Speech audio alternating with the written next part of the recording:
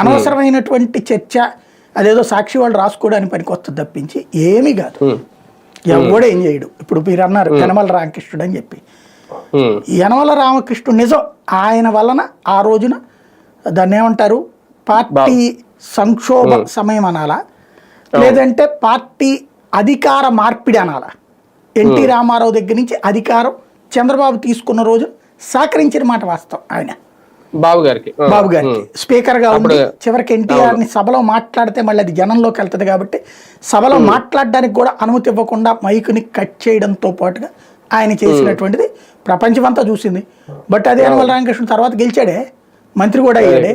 అదే యనమల రామకృష్ణ తర్వాత ఓడిపోయాడే చాలా సార్లు, అయినా కూడా మంత్రి పదవులు ఇచ్చారే, ఎమ్మెల్సీ ఇచ్చి. మరి ఆయనకి ఆయన అలగడానికి అసంతృప్తి చెందడానికి ఏమీ లేదు.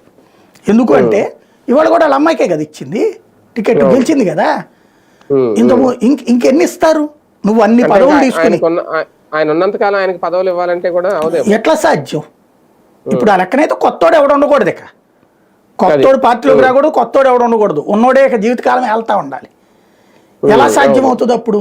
అందులో 2 సార్లకు మించి 3వ సారికి వద్దన్నటువంటిది ఏకంగా లోకేష్ చెప్తున్నటువంటి వేళ ఇవాళ ఉన్న సీనియర్లు ఒకటే, ఆంధ్రప్రదేశ్లో ఒక చక్కటి గ్యాప్ ఉంది.